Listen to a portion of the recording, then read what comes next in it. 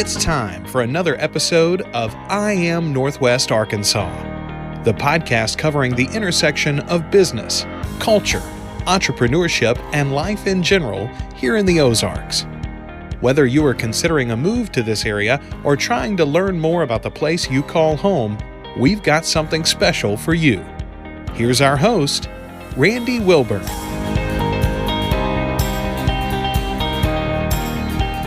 Hey folks, and welcome to another episode of I Am Northwest Arkansas. I'm your host, Randy Wilburn, and I'm excited to be with you today, as I'm always. Today I'm sitting down with Brian Crowne, who is the owner of George's Majestic Lounge, and I believe you're still vice president of the Walmart AMP, or... Yeah, that's correct. Okay, all right, because I wasn't exactly sure of the title, but when I last looked it up, it was there. So I'm excited because Brian was kind enough to come and speak to my Rotary, which is the downtown Fayetteville Rotary, best Rotary in Northwest Arkansas. Nothing against all the other Rotarians in the area, but I think we do the best job. Anyway, I'm messing around. But Brian came and he shared some amazing stories about his career and specifically how the AMP started. And I was really just kind of mesmerized by his storytelling. And I came up to him right away and I said, I'd love to have you on the podcast. Wasn't sure what he was going to say, but he agreed. And less than a week later, he's sitting in front of me here at the Center for Innovation in the Fayetteville Public Library, and we are having a conversation. So without further ado, I want to welcome Brian Crowne to the I Am Northwest Arkansas podcast. How are you doing? I'm doing well. Thank you so much for inviting me. It's a pleasure to be here with you. Absolutely. Absolutely. So listen, I'm not going to make you, we both have gray hairs and all that. I'm not going to make you go back into the annals of time to tell your whole superhero origin story, but why don't we start? Because it seems like in the late 90s, you're a musician. Yes. And you were traveling around. I think, as I read one article that talked about you were traveling around the Florida Riviera, playing a lot of joints and doing a lot of sets. And you came up here, you were here in Northwest Arkansas and you had some experiences at George's Majestic Lounge. And then things just kind of evolved from there, because are you originally you're from Fort Smith? I grew up in Fort Smith and I came to Fayetteville and played my first show here in late 1989 and the Florida Riviera. I'd spent the year prior to that based out of Pensacola, Florida, working the Panhandle. And like I said, found my way to Northwest Arkansas and I was invited to sit in with a band in late 89 at George's and played their Friday happy hour. That was my first experience with live music in Fayetteville. Yeah, and I remember you said something, one of the things I think that you remarked about when I read this particular article was that there was just something about the crowd that really stood out to you. And part of it was just the diversity of the crowd, the eclectic nature of the people that were there, and kind of, I guess, what that represented to you. Is that something that you noticed right away? Yeah, it really struck me that, for sure, man. I grew up in Fort Smith and had performed in Florida, and it seemed like a lot of the places I had played, and I was just starting my musical careers, trying to make a living playing saxophone and guitar. But I still remember walking out on the stage there in the old outdoor George's Garden and just, you nailed it, the diversity of folks that were there. And it's not like necessarily diversity of color. It was just diversity of lifestyles and people.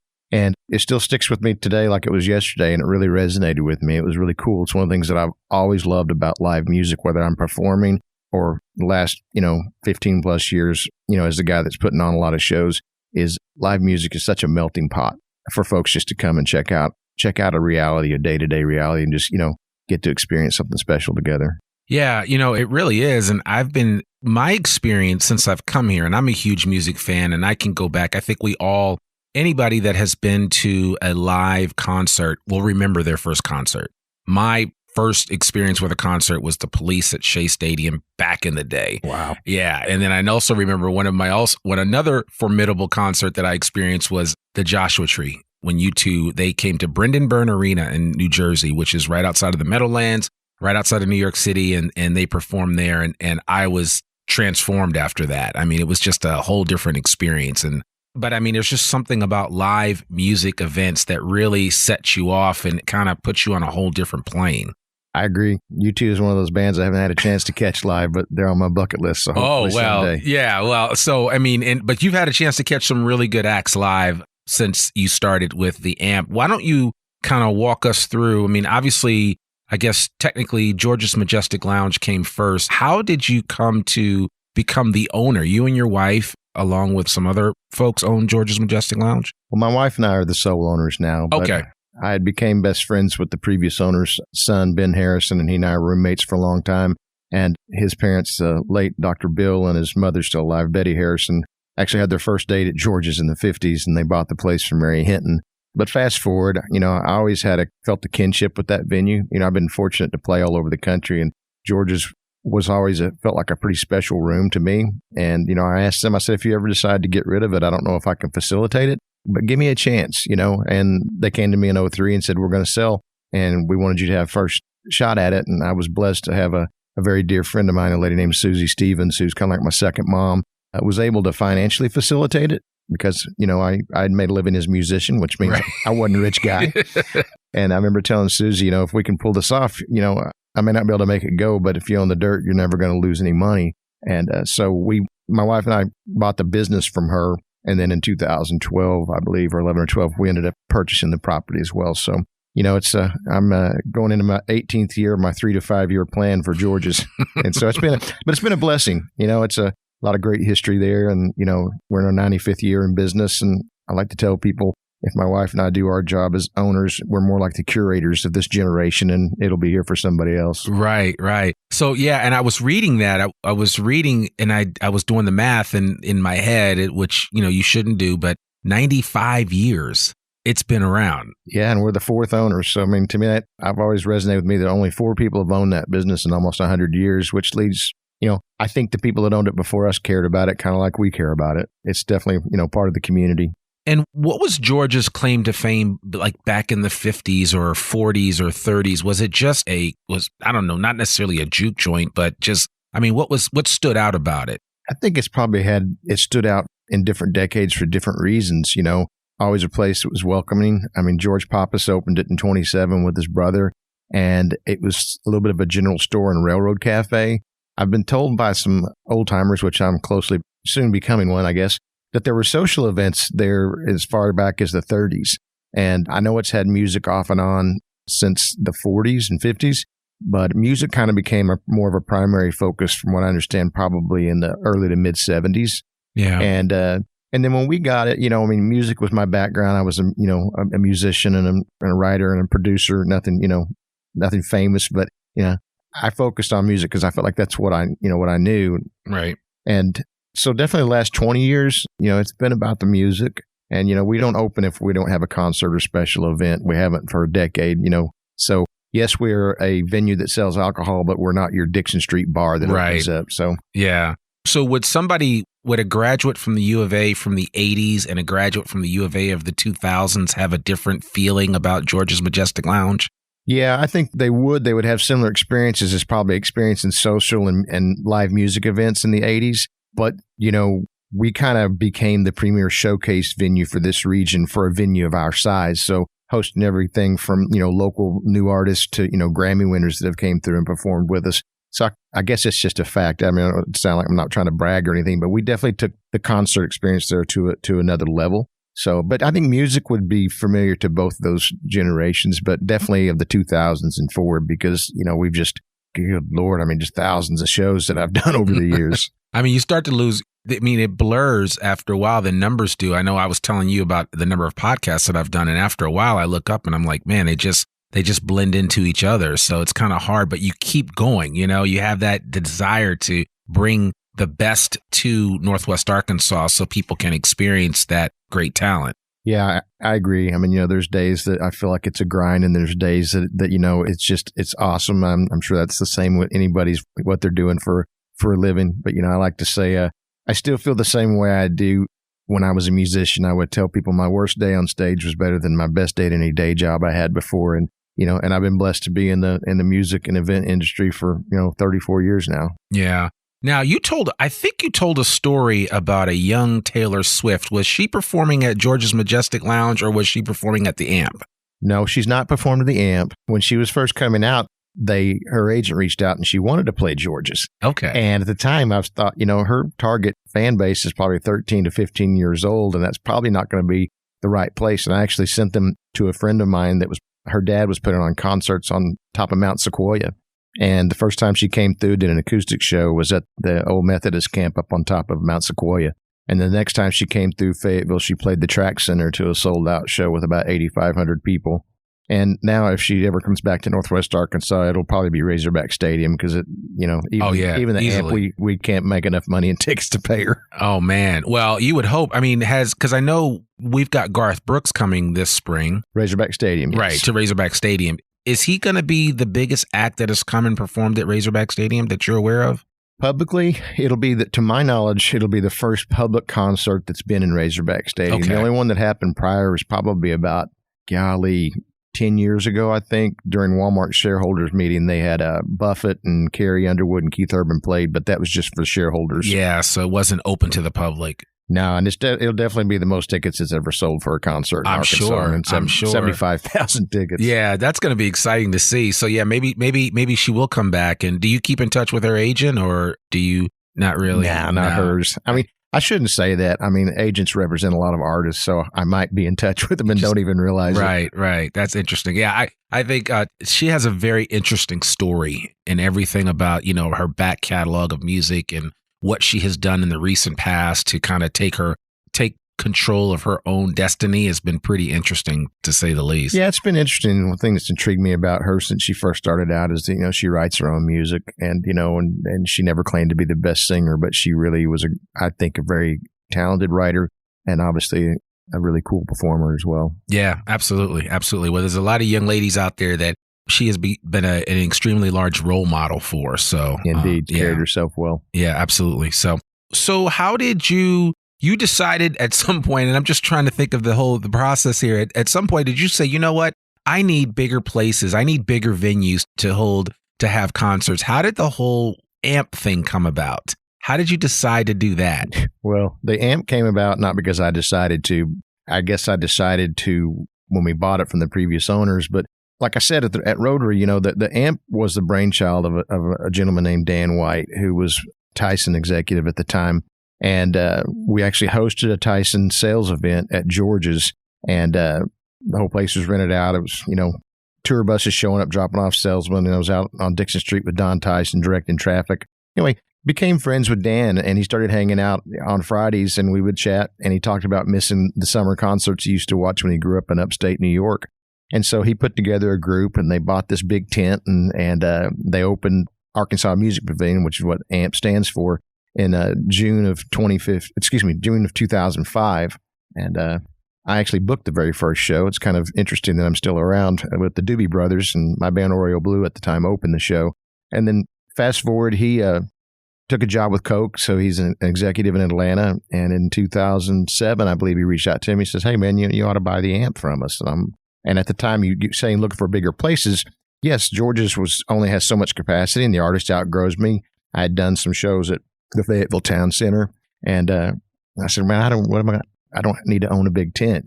But I met with him, and I looked at the numbers, and I thought, there might be a little room for improvement. Maybe I can give it a go. And so our friend Susie Stevens, again, her and I, my wife, purchased the AMP assets and brands because it was kind of a natural growth cycle for me as a promoter. It's weird saying promoter because that used to be a dirty word, but right. So opportunity to grow with artists. They start in my front room, they go to the back room at George's, and then we grow them bigger. And in 2008, I thought I had it figured out, and we signed the deal to buy a tent, and that was when we entered the Great Recessions and banks were going under. And I thoroughly convinced myself, I think I had a nervous breakdown that summer and thought I'd bankrupt my family for, pushing too hard. And I don't know how much money we lost that first year. And the second year we broke even. And the third year we had the AMP. I think I made lunch money. But through that whole process, we were able to bring new artists in Northwest Arkansas and kind of help get it on the map. So, yeah, growth, I guess a long answer to a short question was growth opportunity as a promoter. Yeah. And trying to be, at that time, kind of one-stop shop in Northwest Arkansas. An agent and an artist can have a relationship with me in a laddered approach. Yeah. Well, I don't know. I don't look at it even as luck for you that you were able to stumble upon another great opportunity. The first time you basically asked for the first right of refusal and you said, "Hey, if you ever decide to sell, let me know," which I always tell people all the time. It never hurts to say that to somebody if you're interested in a house or a business or whatever, because you just never know when you might get that call and somebody says to you, "Hey, are you interested in buying? I'm going to give you the first chance or first crack at it." And you never actually communicated that to the former owner of the AMP before. Did he just reach out to you He reached out to me, but we'd stayed in touch, Yeah. and he's, somebody that I still consider to be a friend. And I think he was living in Atlanta. He wanted to offload an asset and knew that he wasn't going to be able to be here to take care of it like it was before. And I was probably just the natural choice. Hey, if somebody in Northwest Arkansas might want to do this, Right. I'm going to give Crowne a call and give him the first shot, even though I didn't ask for first right on that. I was just the one that probably made the most sense. Yeah, and you're definitely right, man. I tell people all the time, life is full of opportunities, and and it's what you make of them sometimes would help you end up wherever you're going to end up in life. And I've been blessed to have some cool opportunity put in front of me. Yeah, and it's so funny. And I mean, just not to go off on a tangent, but a lot of people were asking me, well, how did you get so-and-so to be on your podcast or so-and-so? And I'm like, I just asked. I mean, it's like all they could do. I was sitting there having lunch as you were talking. And I was like, I need to ask this guy. And then at first, part of me was like, he doesn't have time. He's going to tell you no or whatever. And then I just came up to ask you. And you were like, sure. And then by that end of that afternoon, we already had this book. So yeah, it was fun, man. I mean, and I was invited to speak at Rotary years ago, and I didn't do it for some reason, but I really, really enjoyed it and met some really cool people there, you being one of them. And, you're an easy person to say yes to because I just thought, yeah, it's probably going to be a fun conversation. Right. Well, I appreciate that. So you start out, the amp starts out in 2005, literally a tent. And in my mind, I'm looking at this tent and I'm thinking one of those big white tents that you have to, storage and everything else. I mean, you've got to put it somewhere when you're not using it. That's the first question I asked my friend Dan. I go, where do you put all of it? It was a 22,000 square foot tent that looked like a flying saucer. It was really a pretty incredible, unique structure. They still make that saddle span tent to this day, and they use them around the world. But the first question I asked him, I said, where do you put everything? And he said, well, we've got this great sponsor, a great partner, Rick Whittle with Whittle Truck Sales. And everything got folded up and put in 7 semi-trailers for the off-season. And I thought, okay, well, you're not paying for a warehouse. There's one good check. There's a pro. Right. And it just kind of went from there. Yeah. So did you originally, when you took it over, did you think, hey, you know what, this will be great here? Or did you envision what we see today when you ride down? And for those of you that are listening to this, because of course, Brian, we have a lot of listeners that are thinking about moving to Northwest Arkansas, haven't quite come here yet, or maybe they have visited on a job visit or, a relocation trip. But, if you see it, you can't miss it. You ride through Rogers. As soon as you leave Bentonville and you ride through Rogers, you're going to see on one side of the highway of I-49, you're going to see a huge Top Golf facility. And right next to that facility, which is a great marker, by the way, now, is the Walmart Amp, which is now what it's called. Did you originally plan to keep it in Fayetteville before moving it up to Rogers? Well, first of all, no, I never dreamed of what we have right now. And we originally had intended to stay in Fayetteville even after the Walton Art Center purchased the AMP brand and assets from us with the intent to try to build at the mall where we're at. So, when we found ourselves not able to stay at the mall, homeless, so to speak, with a big tent, we had the opportunity to build in Rogers. And when we had that opportunity to build there with kind, generous donation from Mrs. Hunt and her family, we were able to dream a little bit bigger than we were originally. So blessings in disguise on that one. It was just, once again, talking about opportunity. Yeah. We were looking for a place to pop a tent and asked about setting one up behind Pinnacle Mall, and then met Mrs. Hunt, and she said, would you consider building here? And it was like, holy cow, well, we're going to have to rethink this.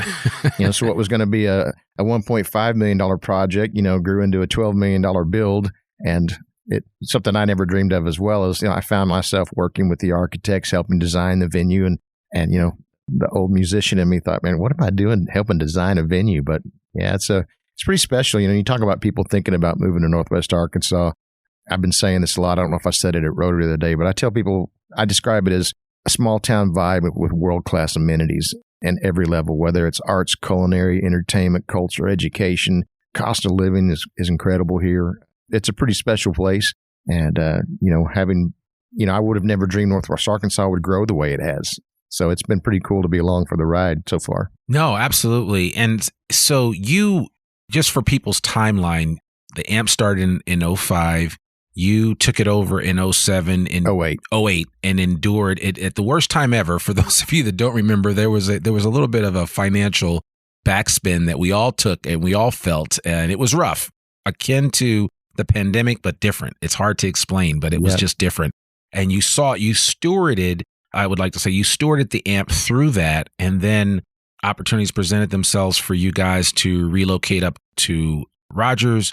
And then you've built this beautiful facility now, and you've even come to the place where you guys just did kind of not a rehab, but you just did some upgrades to it recently, right? Yeah, we did a $17 million expansion, and it really wasn't to add capacity. We added about 1,000 capacity to the whole building. We had an opportunity to invest in a wonderful facility by adding a lot of plaza space, more restrooms, more concessions, and we were also able to add a new artist wing backstage. So we got to invest in the patrons and the artists as well at the same time. Yeah, I've been to the AMP for one event, and it was a glorious event. I got to see Santana, and I sat right next to Miss Hunt's box, and so you know where that's. I know right where you're at. Exactly. So because somebody said that's Miss Hunt's box right there. I was in the Tyson box, and I was sitting right next to Miss Hunt's box, and I was like, wow, this is pretty nice, and it was. First of all, Santana is one of my favorite performers, and he put on a show. I mean, it was outstanding. Yeah, I remember it like it was last night, man. One of my favorite artists as well, and I didn't know what to expect. I mean, I knew it was going to be good, but my goodness, how good it was. The weather was beautiful that night, and his band was phenomenal, and he was just his whole band and crew, they were just class act, man. Got to see one of the top drummers in the world and his wife. I mean, she's a beast. She is outstanding. So, yeah. I mean, if you know about drummers and she is, and her name is escaping me right now, but she is all that and then some. So, I mean, it was glorious to see her riff for a period there. And it was really, really, really a phenomenal concert all the way around. I would say the experience that I got to go to a tent because, again, I was hanging out with some Tyson folks, and they really treated me well there, and they took me to a tent where there was just wonderful food, just an assortment of drinks. I mean, it was just a good experience. That's our Land O'Lakes sponsor lounge, right? Yeah, and that's a 100-foot tent, house left, stage right. I appreciate that you enjoyed those amenities because that's something that we've put a lot of effort and heart into having folks that are coming to that space with us have a great experience. Yeah, and I will say this too, and I didn't get to experience the lawn, but even the sight lines at the lawn on the lawn part of the AMP are amazing, and it's just, I mean, there's not a bad seat in the house. Yeah, you took the words right out of my mouth, man. It's not a bad seat in the house. And, we've also invested in our outfield speakers, our lawn delays. So, the audio coverage all over the building is really good too.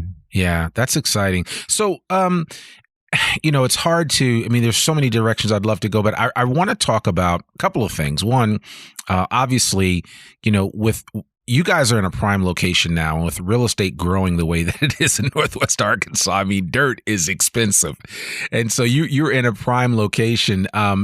Do you ever see yourself outgrowing what you have right now, or is that not, I mean, is what you have right now sufficient for where we see Northwest Arkansas going in the near future?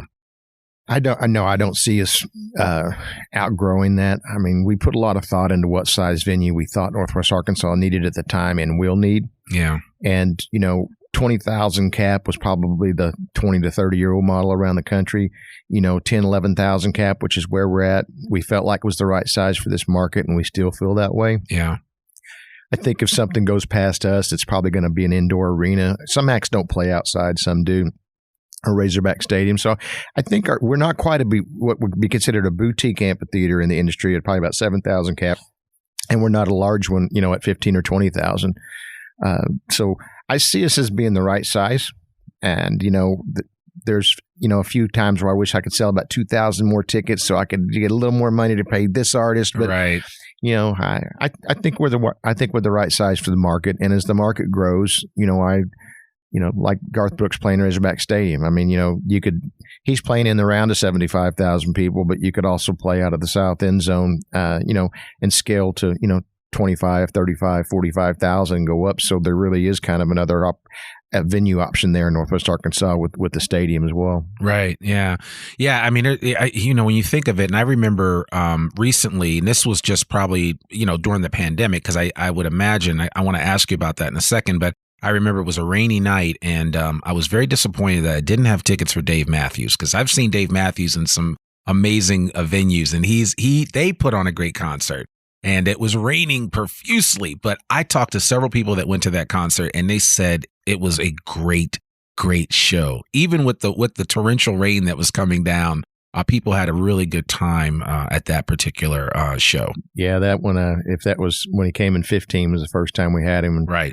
I got introduced to him when I was dating my wife 20 years ago, and I took her to Memphis in May, and we got to see him. But yeah, that rain came in toward the end of his show, and his encore of Watchtower from Hendrix. I guess, is that Hendrix or Dylan wrote that song? But anyway.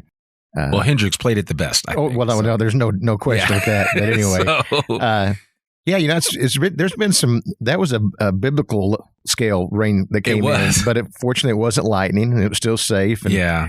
I think it may have just added to the experience of those folks that were on the lawn, because, Dave just owned them, man, in a good way. Yeah, absolutely. Yeah, no, and several of my friends that went, they were like, it was amazing. The concert, everything was great. They weren't sure what to expect, but they said everybody was really helpful. And I must say that the staff that you guys have there, again, keeping in mind that they don't work technically year round, because there are times when the amp isn't open for business, right? I mean, we have core full-time staff, but when we have let's say we have a sold-out show, we could be employing anywhere from 400 to 500 people on that day, and probably 95% of those are part-time folks, whether it's front of house ushers, whether it's ticket takers, it's stage crew.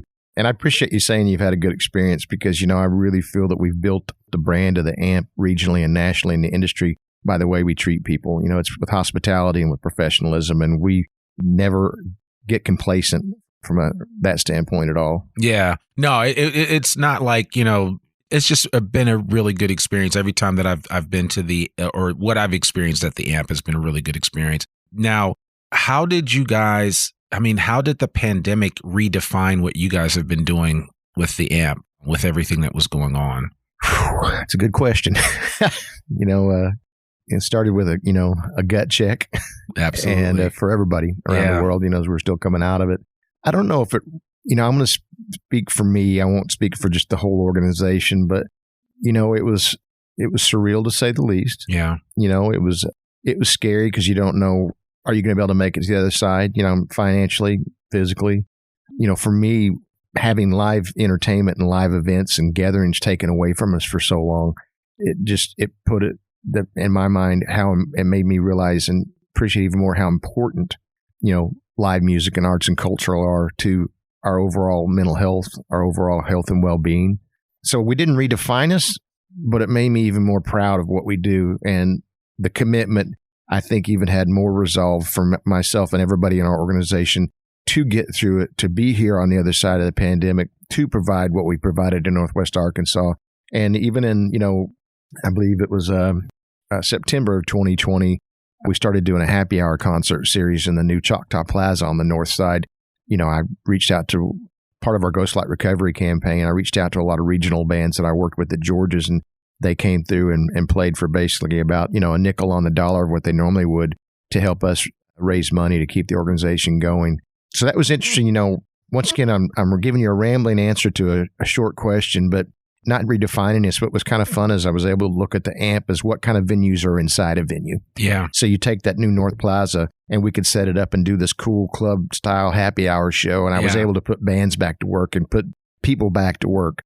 So I don't say it didn't redefine us, but it made our resolve even more to make sure that we're going to be here on the other side to do what we do best. Man, listen, I think in general with the pandemic, I mean, I granted, I understand how devastating it has been for the world, period, let alone the United States and the number of people that passed away here or died due to COVID-19. But, I think the resolve of Americans as a whole has been tested, and we've shown our mettle through this whole pandemic. And, when I think of things like, I remember that, looking at everybody got to a place where they got creative about how they dealt with the situation. I think of like the Tiny Desk concert series, which was phenomenal, by the way. I don't know if you've got a chance to see any of those videos I'm familiar online. with it. Yeah. So, I mean, I just saw, especially for musicians and for artists, a way of not losing their connection with their audience. And of course, like you said, live concerts are huge. And I've been reading where 2022 is going to be big, but they're saying 23 and 24 are going to be huge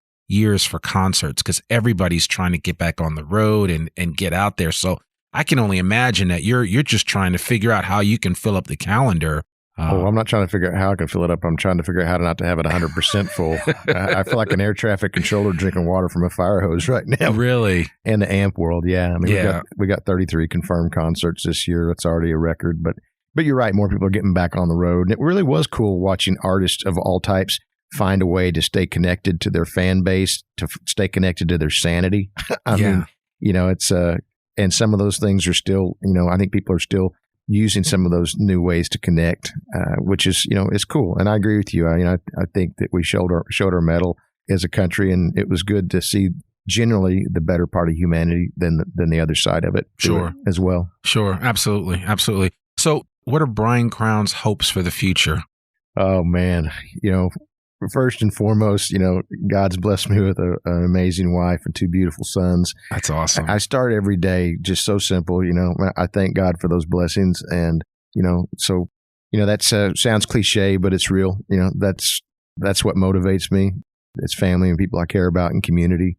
So what are my hopes and dreams? My hopes and dreams are that, my family stays healthy and I get to keep doing, something that, I love. And that's bringing people together to help them smile and help them have a good time. And I gave an interview about George's right before the shutdown in 2020.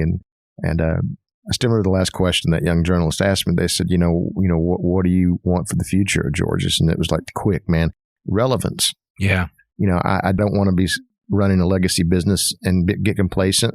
And as long as, I want relevance for George's, I want relevance for live music. I want to maintain relevance for the Walton Arts Center and Walmart Amp. So, that's kind of what my hopes and dreams are starts with my family. I want them healthy and safe and still putting up with me. Yeah. And I think never be complacent and just appreciate the simple things and get to do the cool things. Absolutely. Absolutely. Well, Brian, you nailed it on the head for sure. And you've done great work with both George's Majestic Lounge and the Amp, the Walmart Amp. And, it's not easy doing what you're doing, especially when you deal with so many different moving parts with live performances. And that's the thing about it. Because I had a friend that was a roadie, and he told me everything that went into moving it from one city to the next and all the logistics. And it just made my head spin. But I mean, just doing what you do on a day in and day out basis, I certainly commend you and your wife and the rest of the team that keeps things going and keeps live music relevant here in Northwest Arkansas. So I just want to say personally, thank you for all that you're doing. And I want to encourage people that are listening to this. If you want to check out a great venue, you need to go to George's Majestic Lounge right down on Dixon. And then certainly any event that you see online for the Walmart Amp that you can buy tickets for, you should definitely do that. I know there's a Black Panther event happening or it just happened? No, it's coming up. Actually, it's going to be our first event this year that's public, April 15th. Okay. We're actually going to show the movie The Black Panther on a huge video screen above an orchestra that's going to be playing the soundtrack and score live. Now, Sona, is that Sona playing or? It'll be, a bulk of it will be Sona, yes, okay. But I'm not sure if it's going to be 100% them or not. But that's a pretty neat symphonic event. We've done that with Harry Potter and Star Wars. And I saw the Star Wars one I had some friends go to, and they said it was insanely good. So it was really cool. And, it's a trip for me. It's like you watch it. My wife and kids went to that one. But what's interesting when you're watching the movie, you're watching the orchestra, then all of a sudden you kind of forget they're playing it live at the same time. So, right. Yeah, it's a neat deal. That's awesome. So, well, listen, I will wait like a lot of us will with bated breath to see what is announced for 23 and beyond, because I'm sure there's going to be some other amazing acts that are going to end up here at the Amp. And you've got, like you said, a full slate for 2022. So I want to encourage everybody to check out the website. Whatever isn't sold out, you need to get some tickets to go see a show. And remember, you're not only supporting George and what he's doing, but you're supporting all those people that work for George, work with George on a regular basis. And in the same way that we've been supporting our local restaurants and other service organizations, the Amp falls under that umbrella. And so we really appreciate all the hard work that you're putting in to make things happen and to create opportunities for people to have a good paying job where they can go and have some fun and give back to the community at the same time. Well, I appreciate it. Yeah, it's definitely, having George's is kind of like the home base, but you're right. It's a ripple effect in the economy, and excited to be doing it. And if you're interested in tickets to Walmart Amp, you can go to amptickets.com. And if you're interested in events and tickets that are happening at George's, you can go to georgeslive.com. Yeah, and I'll make sure all of that's on the show notes so that you guys know where to go. You can just click the show notes no matter what podcast platform you're listening to this on, and just check out that information and click on the link right there and check out everything that's happening at George's Majestic Lounge or at the Walmart Amp. And support arts, culture, and live entertainment in general all over Northwest Arkansas. I mean, I'm proud of those two buildings that I have something to do with, but there's a lot of great stuff happening regionally too. Yeah, no, you look around. I mean, there are some. I mean, Ludacris, Snoop Dogg. I mean, there's some big people coming to Northwest Arkansas that I've been told by people that have been here for a long time that said a lot of those people never stopped in this area, and so you're seeing a lot more activity from that perspective. Yeah, I like to think that Walmart Amp has had a big part of putting Northwest Arkansas on everybody's radar in that world, whether it was, Janet Jackson to the artist you're just talking about. Right. It's pretty crazy. I work with one guy one of my Live Nation partners, and he likes to tell people if I could buy stock in Northwest Arkansas, I'd invest everything I have in it. Listen, I feel like that, and I'm doubling down. That's why I do this podcast on a regular basis and bring amazing people like you on. So, Brian, thank you so much for spending a little bit of time with us today and with the I Am Northwest Arkansas audience. Once again, appreciate you having me, man. It's been fun. Absolutely. Well, folks, there you have it. Another episode of I Am Northwest Arkansas. I hope you enjoyed it. Brian is a great guy, and really what you see is what you get. So I would encourage you, check him out, support what he's doing at both George's Majestic Lounge and the Walmart Amp. If you have any questions, you can also check out the show notes on the website, iamnorthwestarkansas.com. Remember, our episode comes out every Monday, rain or shine. So we appreciate you guys, and we'll see you right here next week. Peace. We hope you enjoyed this episode of I Am Northwest Arkansas. Check us out each and every week, available anywhere that great podcasts can be found. For show notes or more information on becoming a guest, visit iamnorthwestarkansas.com. We'll see you next week on I Am Northwest Arkansas.